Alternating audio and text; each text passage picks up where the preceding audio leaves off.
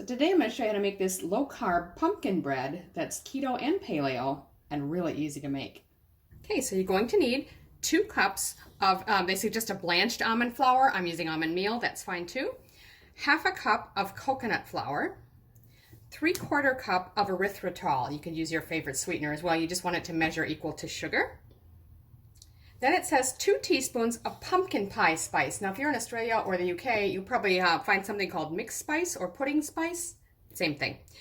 Then you'll need 2 teaspoons of baking powder, 1/4 teaspoon of sea salt, 3/4 cup of pumpkin puree. Canned pumpkin is pretty easy to find in the States, not so much here in Australia, although this I found at Kohl's in the international food section. So you could try that. You could also try USA Foods, or just cook your own pumpkin and puree it yourself. You just want to get most of the water out of it. This is a good solid pack. Then you'll want 4 eggs, which we're going to lightly beat. 1/3 cup butter. We're going to measure that solid and then melt it. You could also use ghee or coconut oil. And lastly, I've got 1/4 cup of pumpkin seeds here, also known as pepitas.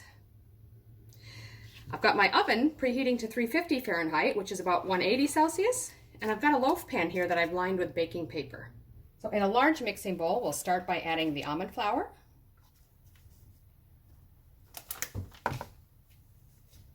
Then we'll add the coconut flour.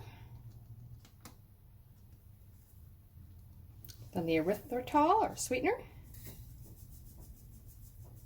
That's 3/4 cup of that.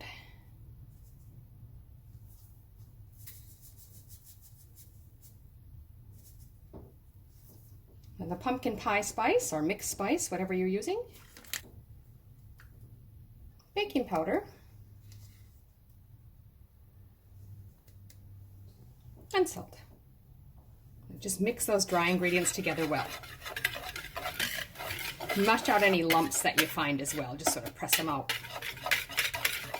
Now I'll just crack my eggs into a smaller bowl here because you're going to want to lightly whisk those first. Just like to break the yolks and give them a whisk.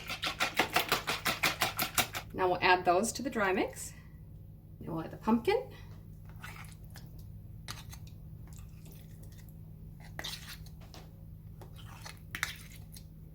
And then the melted butter. And now mix that until well combined.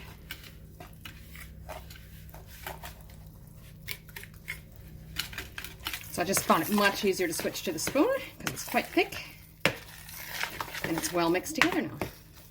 So now we'll just transfer that into our prepared loaf pan. Now you're going to want to smooth the top. You can use your spatula or the back of a spoon so it's fairly level and even.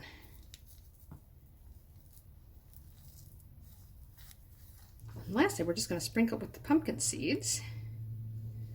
Try not to have them overlapping.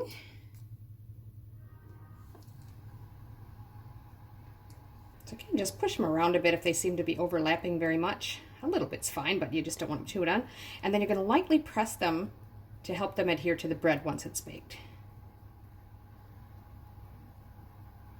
Now we'll just pop that in our preheated oven for about 50 to 60 minutes. We'll check it with a toothpick to see if it's ready.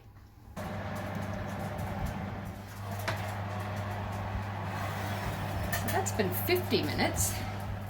So I'm just going to take a toothpick and I'm going to kind of come in from the side here. I want to see if it's still doughy down inside of there. It's moist, but it's not doughy.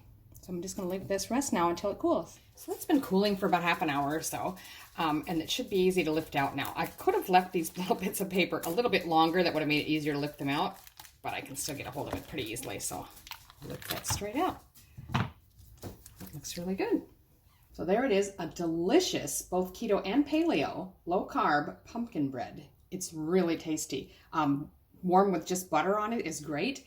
It might even be nice if you put a little cream cheese icing on. Give it a try. I hope you like it.